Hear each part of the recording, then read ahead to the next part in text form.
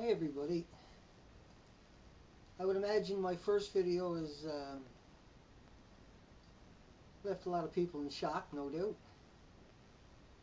And I'm trying to put a point out there of why I think the RCMP have picked on me in particularly. They beat up 3 little girls that come to my house, underage girls, yet Canada sits idle. I spent 4 days collecting email addresses to every single newspaper in Canada. What a joke that was. I sent them individual emails and then mass emails, and I've done this for weeks and then months. Do you know I never got one reply? I've included my friends' emails in that to make sure the emails were actually getting out there, and they were. Every single time. Yet not one newspaper in Canada would reply to a story of the same cop beating the shit, and I mean beating the shit out of 3 little girls. They beat them so bad. Now that's the girls that come and take care of me. Obviously sending me a message. They beat them black and blue. There was no charges. They were locked up overnight with no clothes on. And I'm talking black and blue. The hospital wouldn't even look at them. The hospital in Port Hardy in particular only deals with government friends and families. I have 2 criminal charges. I have 2 outstanding warrants on top of those charges now because I didn't show up in court apparently. I was so sick I guess I missed court, and now I have 2 criminal charges, and I also have, now that's for breaking a door at social services on the coldest, windiest, wettest day of the year. I was forced to go down in my electric wheelchair, which is not waterproof, and the door got broken with the front of my wheelchair. They got a restraining order against me. Now I have criminal charges and convictions against me. Now I have outstanding warrants. Outstanding warrants. I can possibly go to jail. Are you kidding me? I can barely do anything. I have no access to a doctor. No access. That means the whole community has turned their back on me. In the government only. The non-government people love me here. The government has turned their back. The in-court orders filed against me. Now, you're not going to believe this one.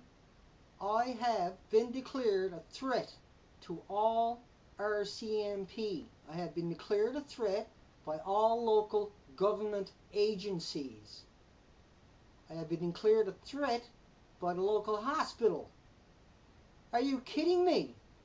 All I done was wanted a hospital bed, and I waited 7 years for it.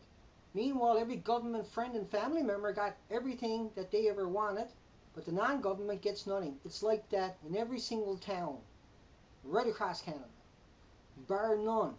It's about the Lions Den and the Freemasons control every single town. All RCMP have to be Freemasons. And you're going to tell me this is a country, and we're going to let this old school, this very old school system that's been around for 100 years mock Canada. Canada, you're a joke. You sit back and you eat your popcorn and you watch your Canadian government censored TV channels. If not one newspaper in Canada is going to run the story of 3 underage teenage girls who were brutalized, thrown in a jail cell naked, some of them can't even remember what happened to them, and every part of their body was covered in bruises and scratches. How the hell can you justify that? And you're going to tell me that the cops never even got yelled at. They should have been thrown in jail. And instead, they're out there destroying every non-government kid in another town. And this goes on and on and on. The hospitals back up the cops. Anybody goes to the hospital with police abuse complaints, they don't get to see a doctor. You're going to tell me that's a coincidence? They have barbecues together. The nurses and the cops are the best of friends. The teachers, the schools are the same way. They only abuse non-government kids. You're going to tell me that this can't change or doesn't have to change? You're wrong. This is part 2. Let me tell you something. This is nothing. Part 3 is going to be a smack in the mouth, okay? Make no mistake about it.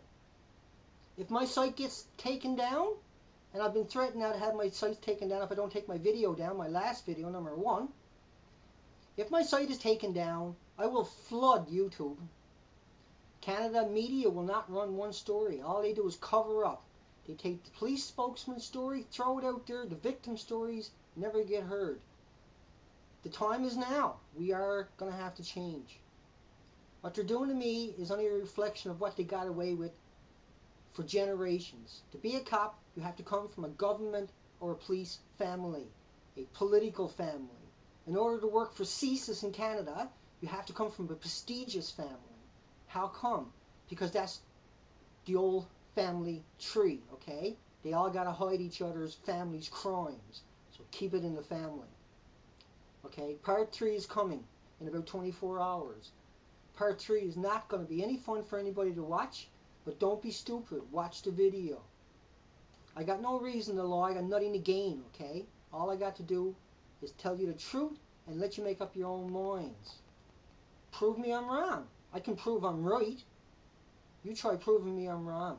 I'm not going away. There's an 11-year-old rape victim who was raped by Chief Justice, Supreme Court Justice Alex Hickman.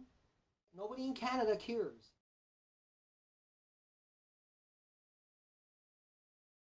He's there for his sister who was raped and impregnated by a judge. We can't get his DNA. You're going to tell me that's a system? He cannot get one newspaper to talk to him. He's been at this for a long time. This system will change. I will change it. Make no mistake about it. I got you worked out, okay? You're going to change. RCMP in Canada, your history. The nurses in Canada, you're disgusting people. Disgusting. The doctors in Canada, hideous people. Canada needs to change. Canada will change. And Canada is about to change. I will make sure of that at all costs. Take care.